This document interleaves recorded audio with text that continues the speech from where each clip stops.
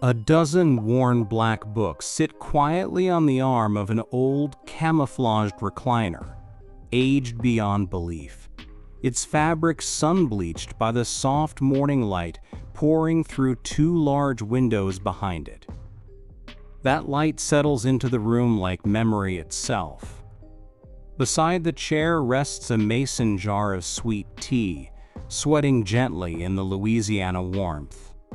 And beside it once sat a man who looked, in the words of some, like a child's Sunday school drawing of God the Father, if that child had grown up in the woods of Northeast Louisiana.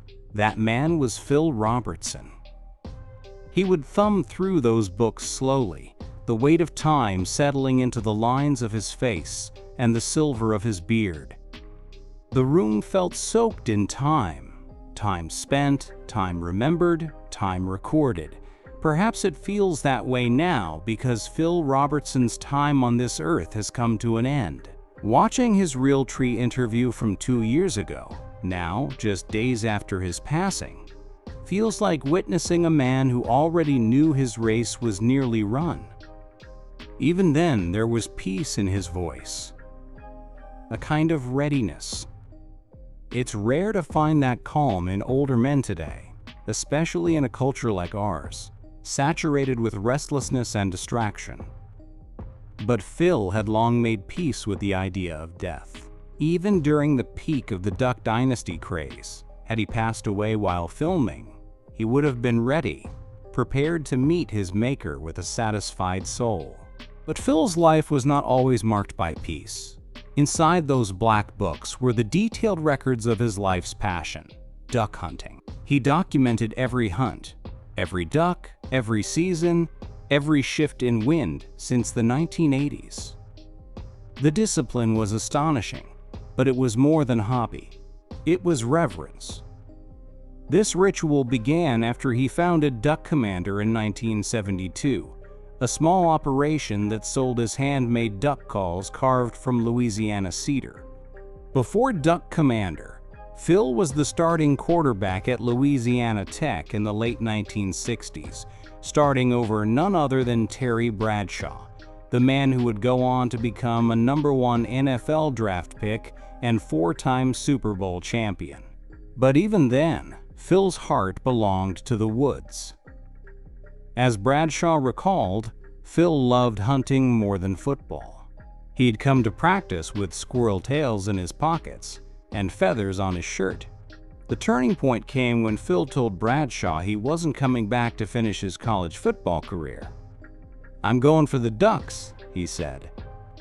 "You can go for the Bucks."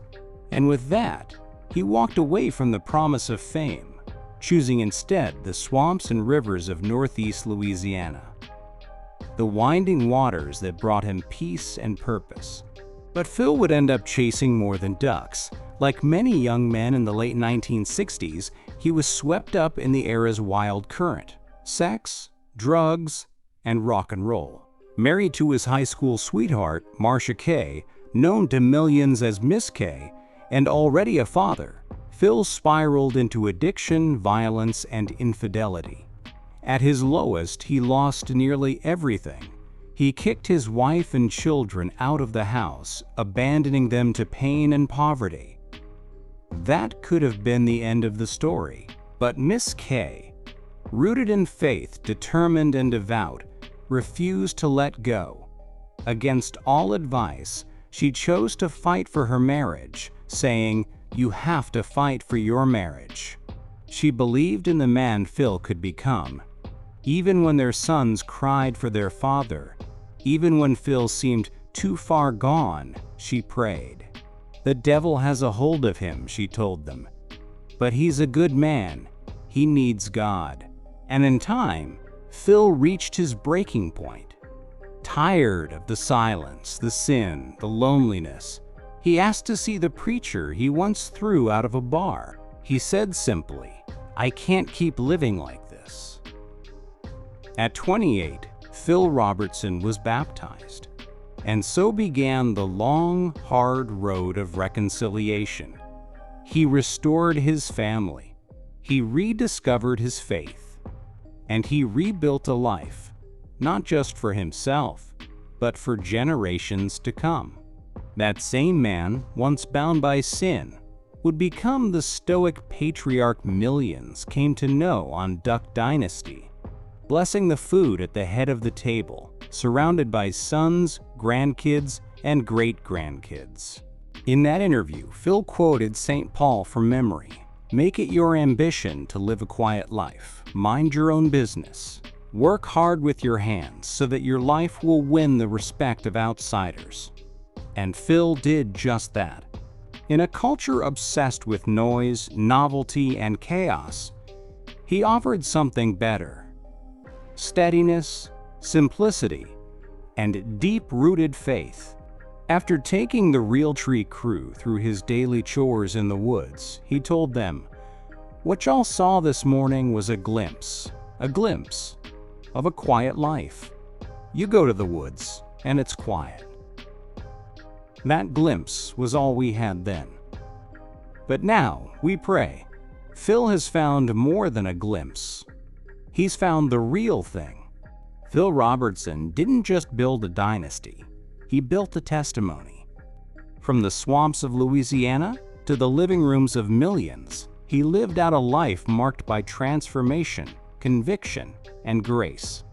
He hunted ducks, yes, but more importantly, he hunted truth. He faced demons in the mirror and still chose the harder road of faith, forgiveness, and family. In an age desperate for fathers, he became one to many. And in a world full of noise, he showed us the beauty of a quiet life. Now the woods are quiet once more, not with sorrow, but with reverence. The man who once blessed the table has gone to meet the one who blessed him. May we remember his life not just in reruns, but in the way we live, love, and believe.